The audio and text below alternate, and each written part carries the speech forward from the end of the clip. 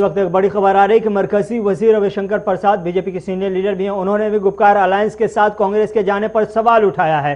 Gupkar alliance पर BJP का बड़ा बयान। गुपकार अलायंस की तरफ से रविशंकर प्रसाद ने भी आवाज उठाते हुए कहा कि चीन से डॉक्टर फारूक अब्दुल्ला मदद मांग रहे हैं 370 की वापसी के लिए, और महबूबा मुफ्ती कौम मुल्क के खिलाफ, तिरंगे के खिलाफ बयान दे रही है। कांग्रेस ये तस्वीर साफ करे कि क्या वो डॉक्टर फारूक अब्दुल्ला के इस बयान और महबूबा मुफ्ती के उस बयान के साथ है, क्या उसको सपोर्ट करती है कांग्रेस पार्टी, ये सीधे तौर पर साफ करे।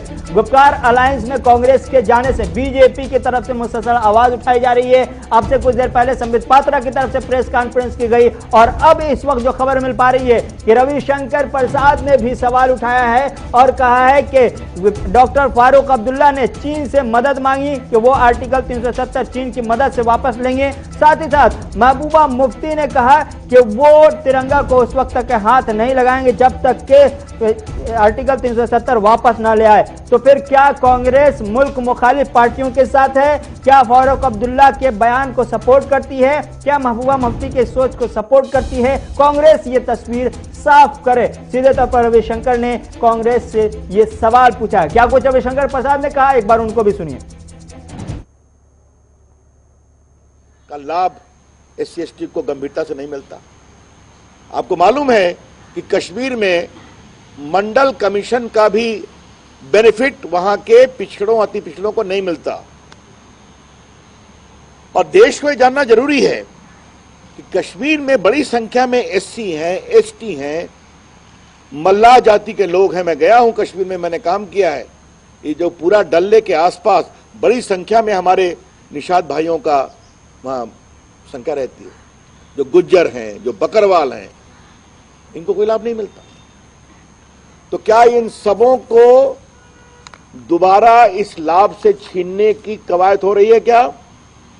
The BJP would like to know that when the Gupkar Declaration Alliance talks of restoration of Article 370, they simply mean that these laws should have no application for the poor, deprived people of Jammu and Kashmir. Reply to it first. दूसरा सवाल है कि आपको मालूम है कि जम्मू कश्मीर की दो अगली हकीकत, क्रूर हकीकत, टू अगली फेसेस ऑफ J&K। भारत का बंटवारा हुआ, पाकिस्तान से रिफ्यूजी आए, जो कश्मीर में रह गए उनको वोट देने का अधिकार तो भूल जाइए, उनको मकान खरीदने, जमीन खरीदने का भी अधिकार नहीं।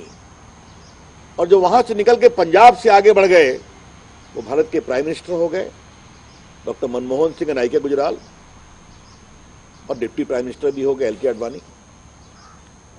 तो कितनी बड़ी क्रूर नियति थी कश्मीर की, that people who were forced by circumstances to stay in J&K were deprived of the basic rights available there। और आपको मालूम है कि बहुत से लोग पंजाब आ गए थे तो नेहरू जी के आग्रह पर शेख अब्दुल्ला उनको वापस ले गए थे, तुमको हम जगह देंगे वहां। मैं उन कैंपों में खुद गया हूं और वो 1950 के ही आकार में रहते थे। जब भी देने की बात होती थी लोग विरोध करते थे।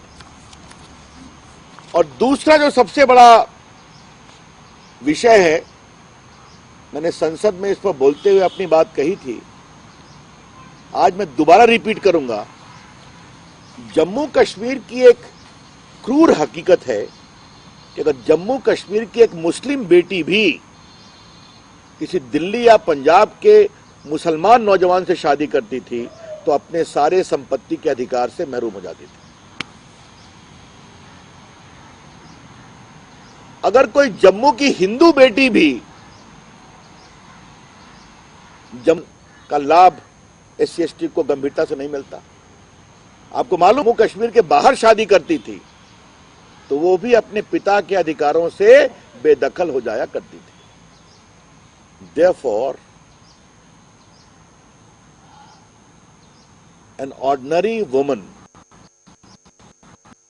born either as a Muslim or as a Hindu in the state of Jammu and Kashmir, if she marries